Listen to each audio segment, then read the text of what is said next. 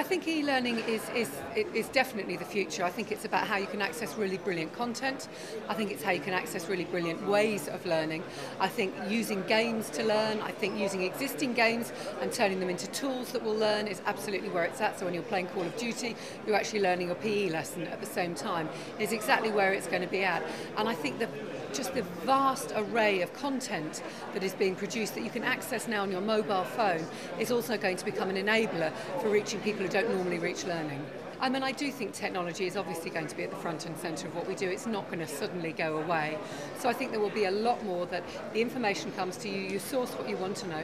But equally, I don't think that means global. If you look at who kids are talking to on Facebook, on Twitter, they're often talking to people they know. And they're keeping their communities actually quite local.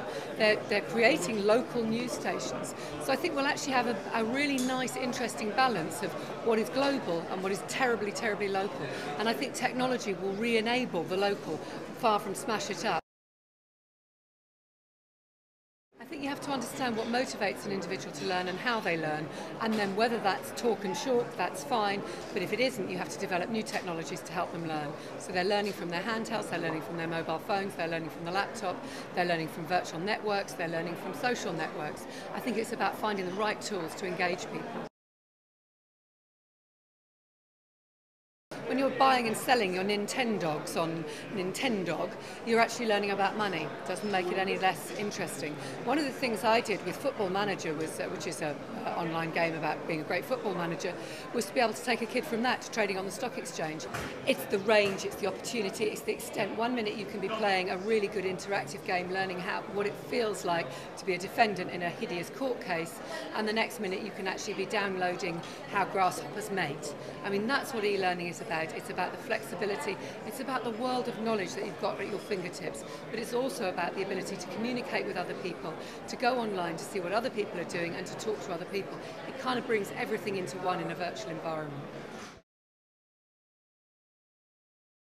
I think what the new media, what technology allows you to do is to access things you wouldn't normally access, to learn in a way you wouldn't normally learn, to learn in a much more flexible way. I don't think it changes who you are. I still think we need great teachers, I still think we need great interaction, but I think what it does is understanding everything is about flexibility and that we don't know what the future is, so preparing kids to be able to respond to everything, I think is what it's about, and I think technology really helps that. You can't push water uphill.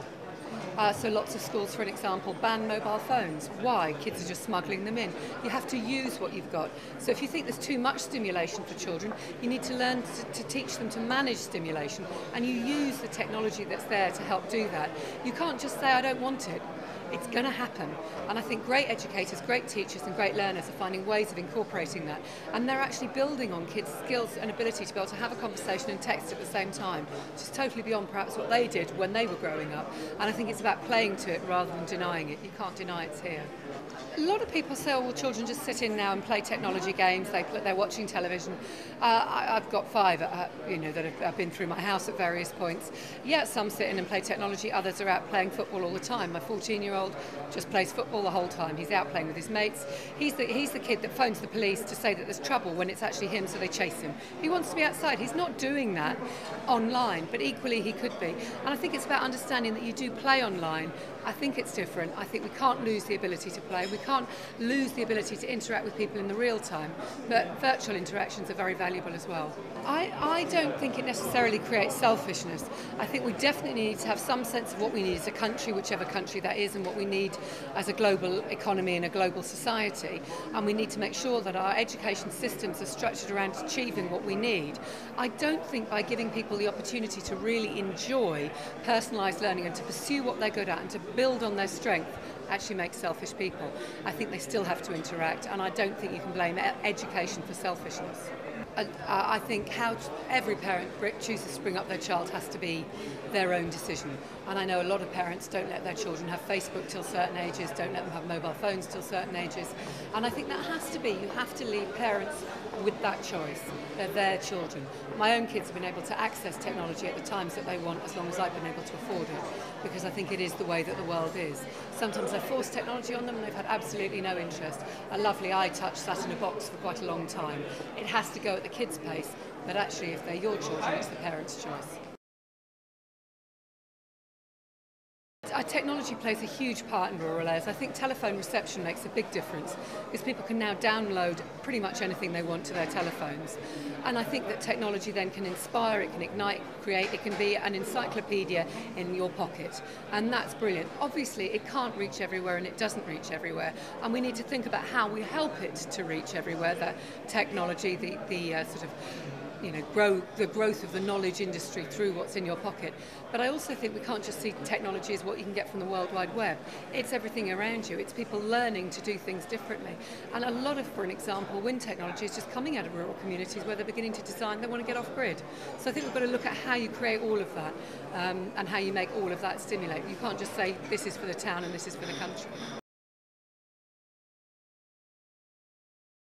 I think we know that there are gender differences in the way that people learn, and we've changed learning to improve outcomes for girls, and then we've changed it back to improve outcomes for boys. There's no doubt that we actually know that girls and boys, as a main, in a rule, do learn differently and do achieve different results through different inputs. I think technology is a great leveller because it actually allows you to learn in the way that you want to learn. It allows you to engage in the way that you want to engage. So girls are more likely to be on the social networking sites absorbing their information that way. Boys are more likely to be doing it through war games. Online EDUCA Berlin was something that blew my mind because the volume of people that are here, the level of experience, but actually I thought it would be quite one-dimensional and it's turned out to be utterly four-dimensional.